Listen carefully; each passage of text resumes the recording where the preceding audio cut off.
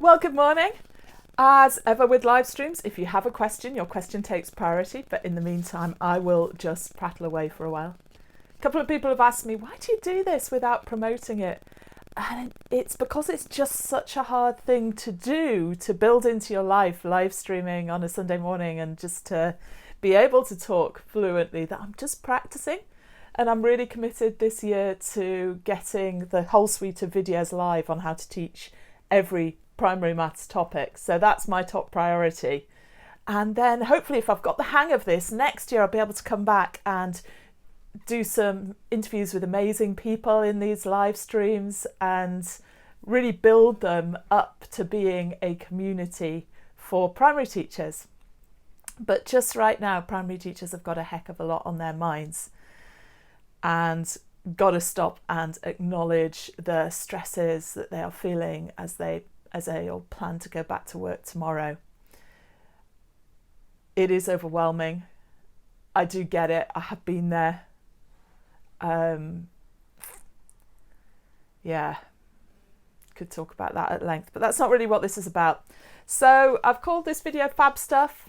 Just as ever, talk a little bit about what's going on. I've got some of my fab stuff here. I'm not going to touch it today, even though it is so tempting. We talked about that last week. If you want to see the live stream on Magnetic Polytron, I've just moved my set around a bit and, well, my bookcase, my stuff, to show a bit of it off and bring this to life a bit. Over time, if my husband clears me a bit more space in the attic, I might move these books upstairs and have mainly manipulatives here, just so they're really easy to reach, and some of my favourite books, just so I can grab them as and when.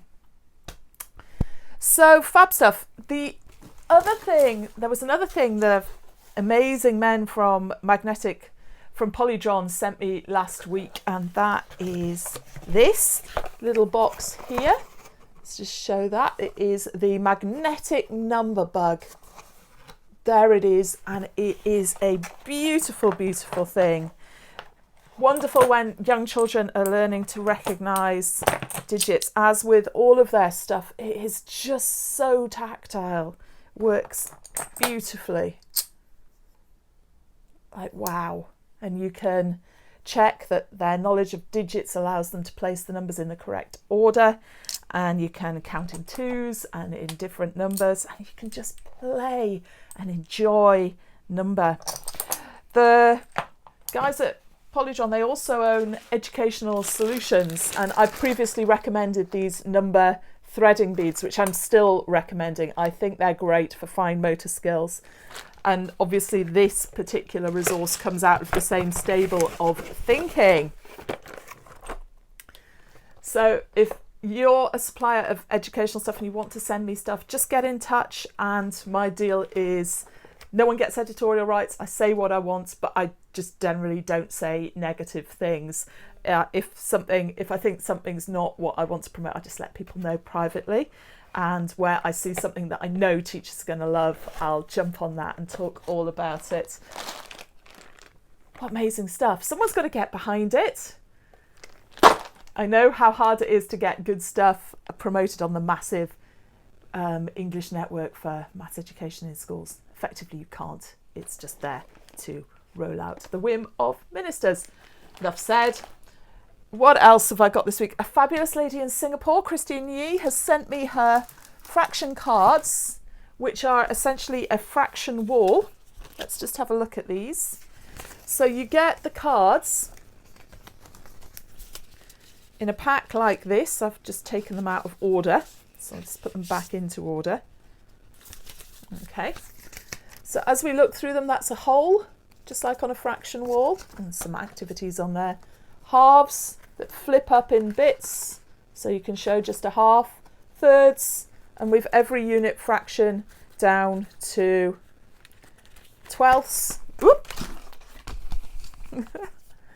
And they all fold up, and afterwards I'll message Christine and we'll see if we can put in some videos of these in action, because they are a really nice resource to use. I think they were designed more for home learning than class learning, because there's a big culture of home learning in Singapore, but Christine can correct me on that. But essentially you can do things like A third subtract a 12th, if we just look for the relevant fraction bars. So there's a third. And if we're subtracting a 12th,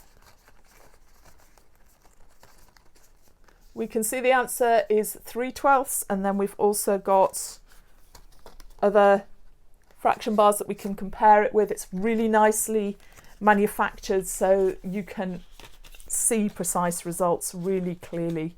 Well done, Christine, for setting this up and manufacturing those, and thank you very much for sending me a set. I'm always grateful to receive wonderful resources. So what else this week? I forgot to mention a couple of worksheets that I published in all the usual places. If you go to www.authenticmaths.co.uk/worksheets, that was one on perimeter, but it's really useful for all sorts of stuff. It's just two-dimensional shapes to play around with, and I keep mentioning it in different videos, and I just show this worksheet. And that's also from the perimeters. It's just perimeters of rectangles. Lots of rectangles for children to work on, so they start to see the patterns in the result and understand the structure of finding the perimeter by doubling the length and doubling the width, or doubling the length plus the width, or however they choose to see it, but it generates conversation and also makes children think about what is and what isn't a rectangle.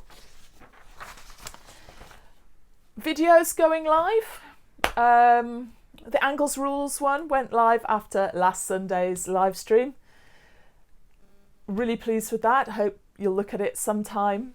I haven't promoted it yet, must do that. I'm so bad at promotion. And then the coordinates and transformations one went live on Friday. It's really nice to put those two topics together, because I find that putting them together drives deeper understanding of what's going on. Really developing teacher skills in understanding that we're talking about two-dimensional coordinates, which are like two number lines, because number lines are one dimension.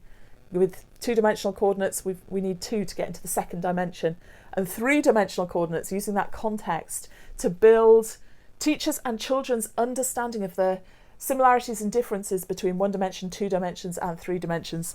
I'll be coming back to that in the video on volume. Just looking around here, Flatland is, of course, just the most fabulous resource for primary schools. Couldn't recommend that highly enough. Just an amazing film if people have got DVD players. When I come to recommend it in a specific video, I must find out if you can get it on download, and if so, how. Note to self. And then, of course, there's Flatland 2, Flatland Squared, the sequel. So the next video that's going live just after this live stream is the one on symmetry. Yay! Symmetry, we love symmetry. Look at this fabulous. I mean, your children can do art like this. This is my children. They haven't seen this for a while. I've kept it tucked away behind a cupboard for as and when. But we do that with young children. Do you think to come back and do it with older children and look at symmetry with more than one line of symmetry with squishy paint? If you're having stressful times in class, if you're stressed as a teacher, if your children are stressed, and if the maths is getting out of control because the kids who've worked every day during lockdown are miles ahead and the ones who aren't getting it, just take a break, do an applied topic.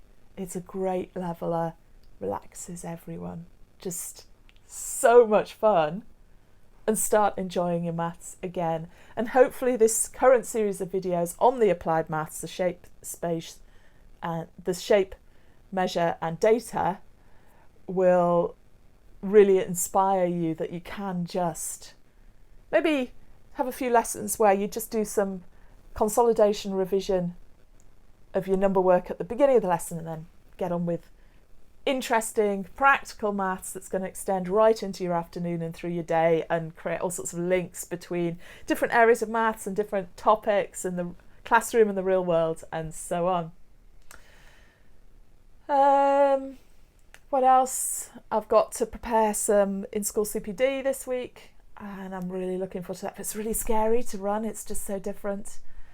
I love being face-to-face with teachers and being able to read their expressions and their emotions and go completely off piste with individuals, and that's going to be so hard through Zoom, but fingers crossed it'll go okay. Okay, I have no viewers just now, so no questions are going to come in. If you're watching this, all my love to you as you go back to school this week. What can I say apart from I hope you find the videos useful if you've got chaotic classes that are really struggling. That's what I'm doing to try to help. Take care. Bye for now.